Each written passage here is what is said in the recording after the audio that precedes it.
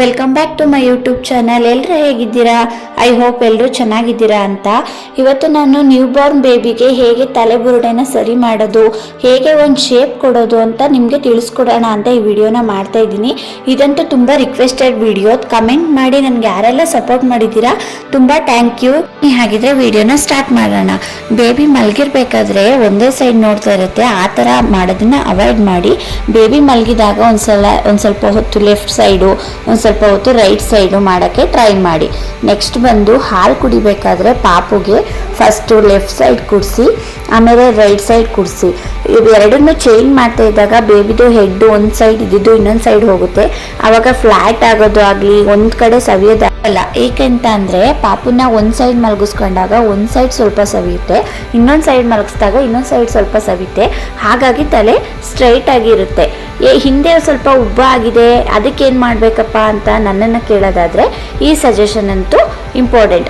ಸ್ನಾನ ಮಾಡಿಸ್ಬೇಕಾದ್ರೆ ಪಾಪುಗೆ ಸಿಂಬಿ ಅಂತ ಹಾಕ್ತಾರೆ, ಅದನ್ನು ಹಾಕಲೇಬೇಕು. ಅದನ್ನು ಮಾಡೋದು ಹೇಗಪ್ಪ ಅಂತ ಅಂದರೆ ಒಂದು ಚಿಕ್ಕದು ಟವಲು ಇಲ್ಲಾಂದರೆ ಕಾಟನ್ ಬಟ್ಟೆನೋ ಏನಾದರೂ ತಗೊಂಡು ನಾನು ತೋರಿಸ್ತಾ ಇರೋ ಥರ ಬಟ್ಟೆನ ಈ ಥರ ಒಂದು ಮೊಳಕೈಯಷ್ಟು ಆಗಷ್ಟು ಸುತ್ಕೊಬೇಕು. ಅದನ್ನು ಹೇಗೆ ಸುತ್ತಬೇಕಪ್ಪ ಅಂತ ಅಂದರೆ ಫಸ್ಟ್ ಬಟ್ಟೆನ ನುಲಿಬೇಕು. ನುಲಿದಾಗ ಆ ಬಟ್ಟೆ ಒಂದು ಶೇಪ್ ಬರುತ್ತೆ.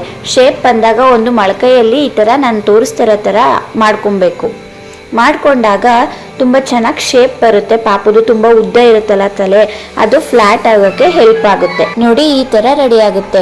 ಡೆಲಿವರಿ ಆದಾಗ ಕೆಲವು ಮಕ್ಕಳುಗಳಿಗೆ ತುಂಬ ಉದ್ದ ತಲೆ ಇರುತ್ತೆ. ನಾರ್ಮಲ್ ಡೆಲಿವರಿ ಆದವ್ರಿಗೆ ಕಾಮನ್ ಆಗಿ ಆ ಥರ ಪಾಪುದು ತಲೆ ಉದ್ದ ಇದ್ದೇ ಇರುತ್ತೆ.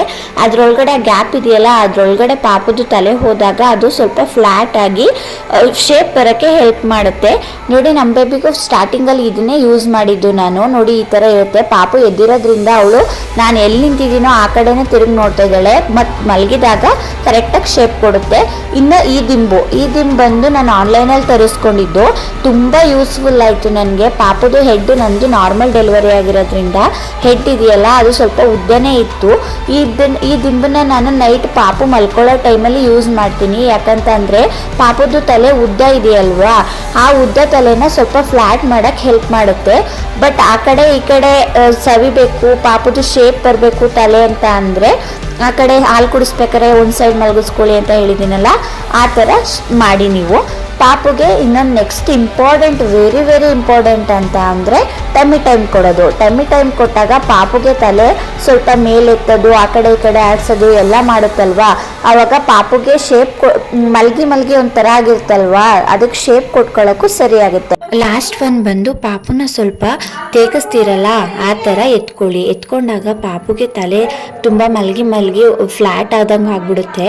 ಅದಕ್ಕೋಸ್ಕರ ಎತ್ಕೊಂಡಾಗ ಪಾಪುಗೆ ತಲೆ ಸ್ವಲ್ಪ ಶೇಪ್ ಬರೋಕ್ಕೂ ಹೆಲ್ಪ್ ಆಗುತ್ತೆ. ಯಾರಿಗೆಲ್ಲ ಈ ವಿಡಿಯೋ ಇಷ್ಟ ಆಯಿತು ಲೈಕ್ ಮಾಡಿ, ಶೇರ್ ಮಾಡಿ, ಕಮೆಂಟ್ ಮಾಡಿ. ಇದೇ ಥರ ಯೂಸ್ಫುಲ್ ಟಿಪ್ಸ್ಗಾಗಿ ನನ್ನ ಚಾನಲ್ನ ಸಬ್ಸ್ಕ್ರೈಬ್ ಮಾಡ್ಕೊಳ್ಳಿ. Thank you for watching.